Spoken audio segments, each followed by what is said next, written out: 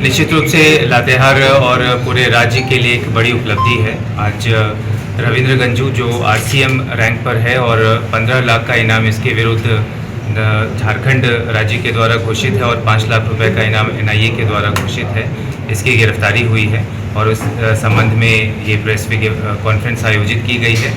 इस press conference में हमारे साथ सीआरपीएफ के डीआईजी सर उपस्थित हैं, 11 बटालियन के सीओ, 2IC और कोबरा 209 के डीसी और विभिन्न हमारे जिला के पदाधिकारी और ऑफिसर्स भी उपस्थित हैं। और मैं इस प्रेस कॉन्फ्रेंस में आप सभी लोगों का भी स्वागत करता हूं।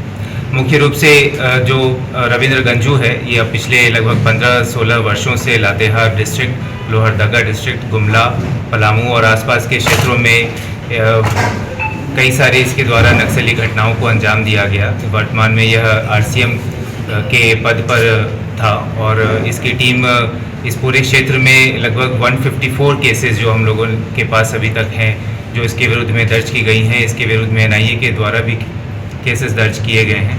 अगर कुछ इंपॉर्टेंट इंसिडेंट्स हम लोग देखें तो लुकैया में 2019 चंदवा थाना क्षेत्र में एक एम्बुश इसके द्वारा लीड किया गया था, जिसमें 4 पुलिसकर्मी शहीद हुए और भी विभिन्न घटनाओं को इसने अंजाम दिया।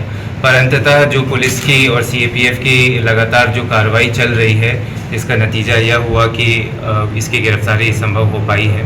12 जुलाई को हम लोगों को यह सूचना प्राप्त हुई कि यह अपने गांव बांझी टोला चंदवा बेहतर ओपी के क्षेत्र में भ्रमणशील है। इस पर त्वरित रूप से एक जॉइंट ऑप्स का गठन किया गया, जिसमें जिला बल, सीआरपीएफ और कोबरा 209 की टीम वहां पर गई और पूरे क्षेत्र की घेराबंदी करके जो अभियान चलाया गया, जिसका नतीजा हुआ कि रविंद्र गंजू की गिरफ्तारी हुई और उसके पास से एक पिस्टल की बरामदगी, AK-56 की बरामदगी और विभिन्न राउंड के एम्यूनिशन इत्यादि सामान, मैगजीन भी बरामद किए गए हैं। और इसके संबंध में हम लोग कई सारे बिंदुओं पर पूछताछ की गई है। जो इसका हाल के दिनों इसका जो पूर्व में एनआईए के द्वारा भी केस दर्ज किया गया और ईडी के द्वारा भी इसके प्रॉपर्टी को जब्त किया गया है, जो प्रोसीड्स ऑफ क्राइम से रिलेटेड है। तो हम लोगों के पूछताछ के क्रम में कई सारे पूर्व की घटनाओं के बारे में जानकारी प्राप्त हुई, इसके नेटवर्क के बारे में जानकारी प्राप्त हुई, सिंपैथाइजर्स के जो ओवरग्राउंड सपोर्टर्स हैं उसके बारे में भी जानकारी प्राप्त हुई है और इन सभी पहलुओं पर हम लोग काम कर रहे हैं।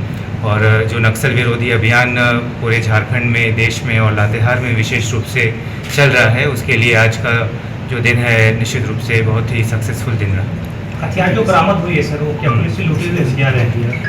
ये रेगुलर वेपन है और इसका हम लोग मिलान कर रहे हैं जो पुलिस और सीएपीएफ की डेटाबेस है और उससे ही हम लोग फिर जान पाएंगे कि ये किस यूनिट से लूटी गई। सर, माना जा सकता है रविंदर की गिरफ्तारी के बाद माओवादी लातेहार से समाप्त हो गए? माओवादी की संख्या अगर देखें तो 2 की संख्या अभी है लातेहार जिला में, परंतु उनकी सक्रियता शून्य है और जो इनकी गतिविधि है ये काफ़ी वर्षों से हम लोगों ने कंटेन करके रखी थी।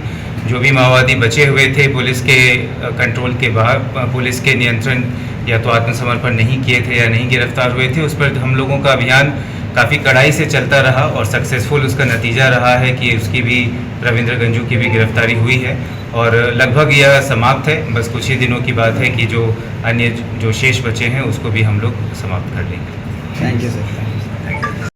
क्या कहना चाहेंगे?